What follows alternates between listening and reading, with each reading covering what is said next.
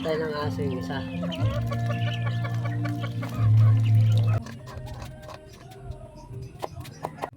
Dito natin sa pagkain ng pato natin mga ito.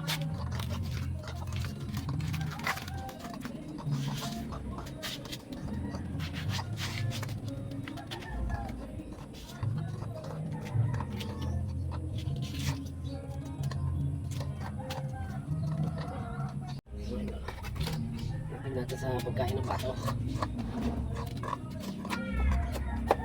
Palayan natin ng manipis.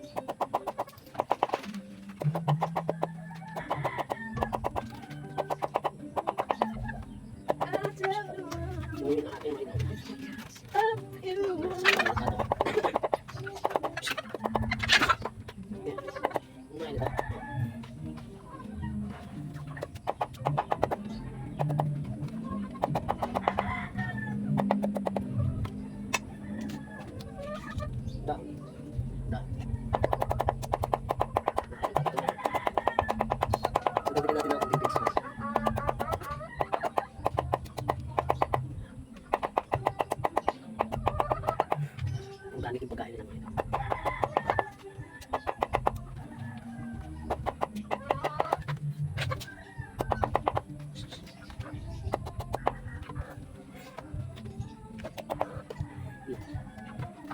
Naingit sila. Hindi natin ang konting pigs. Mga idol, hindi natin ang konting pigs. Tubig, siyempre tubig. Yung spato natin mga idol. Pag maghapon na nila ito mga idol. Yung gata, may pigs, may saging. Kainin na natin mga idol. Nakaiwalay siya kasi ano sa'yo, naagawan siya ng mga anak niya. Yung nga sa kanya, nang hina siya, di ko napansin. Ano pala siya, pag pinapakain ko, lumalayo siya pag dumumog na yung mga anak niya kasi marami na eh. Pag dumumog, nahihiyasan, hindi na siya kumakain. Kaya hiniwalay ko siya. Natingnan natin yung mga anak. Ayan siya mga idol. Oh. Ayan. Ayan. Ayan siya. Ito yung mga anak niya. Ayan o. Alam mo pag paano kumain yung mga yan. Ayan na natin. Ayan mga idol. Ayan na tayo. Diba? Pag dumumog dito, pasok natin.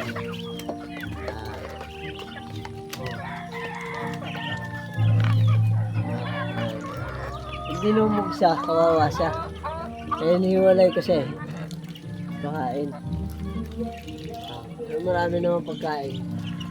Kaya ka na yan.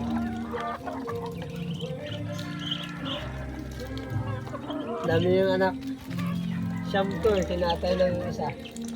Yung isa kinatay ng pato.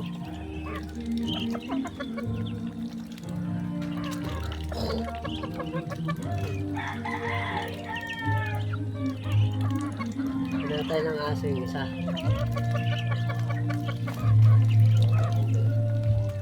Ubusin nila yan maghapon.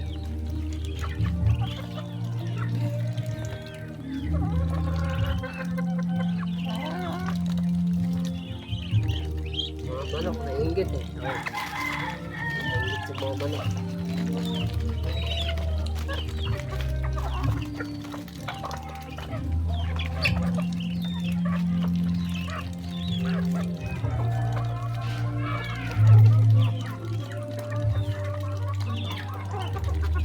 Na, ubos na yan mga idol.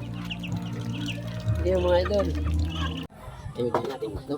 Hindi pwede pang gata. Pato lang.